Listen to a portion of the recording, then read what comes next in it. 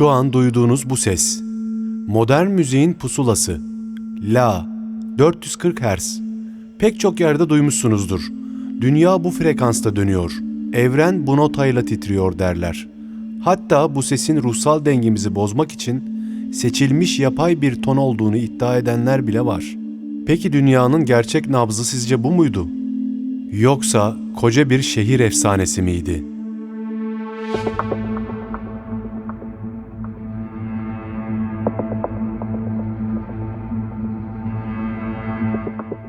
İnternette kısa bir tur atarsanız karşınıza binlerce yazı çıkar. Bazıları 440 Hz'in bir komplo teorisi olduğunu, dünyanın doğal sesinin 432 Hz olduğunu savunur.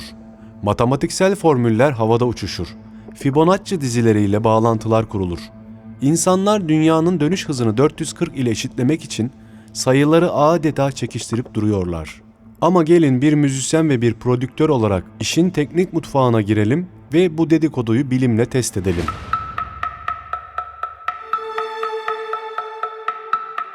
Gerçek şu ki 440 Hz kozmik bir vahiy değil, sadece idari bir karardır.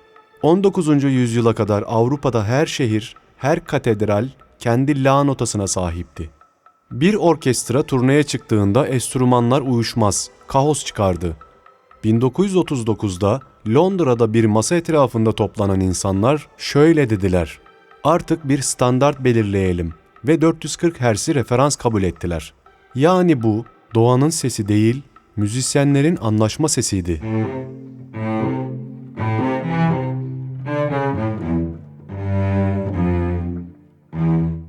Peki dünyanın gerçekten bir sesi yok mu? Elbette var. Fizikçi Winfried Otto Schumann bunu 1952'de kanıtladı. Dünya ile iyonosfer arasında sürekli bir titreşim var. Buna Schumann rezonansı diyoruz. Ama sıkı durun. Bu frekans 440 Hz falan değil. Tam olarak 7.83 Hz. Bu ses o kadar pes bir sestir ki biz insanlar bunu duyamayız.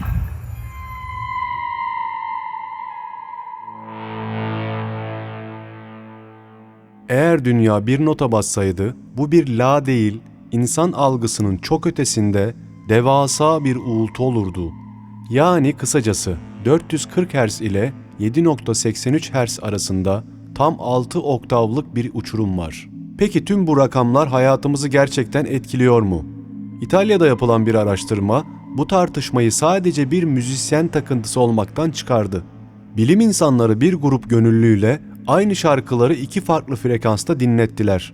Sonuçlar bedenimizin aslında bir akıllı cihaz gibi bu frekanslara tepki verdiğini kanıtladı.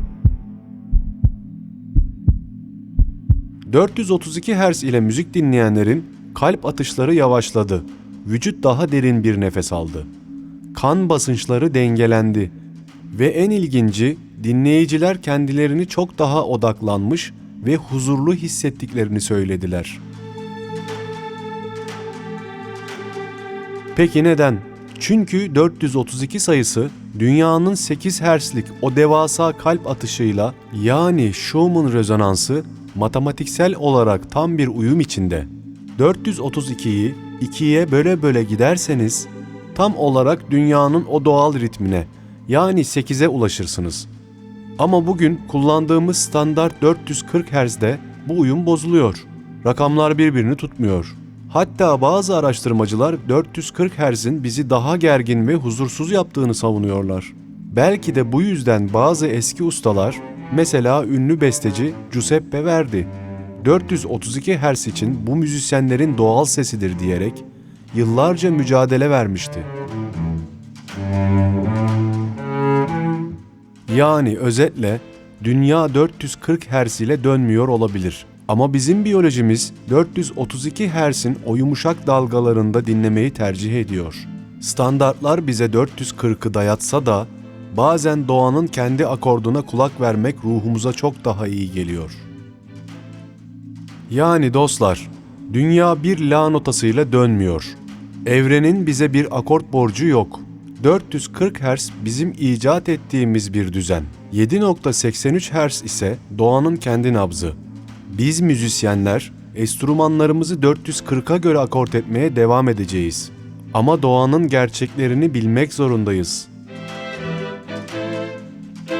Gördüğünüz gibi her frekansın anlatılacak bir hikayesi vardır. Biz bugün biraz perdeleri araladık. Kendi duygunuzu hangi frekansta buluyorsanız en doğru akort odur. Gerçek sesin peşinde, notaların arkasında kalın.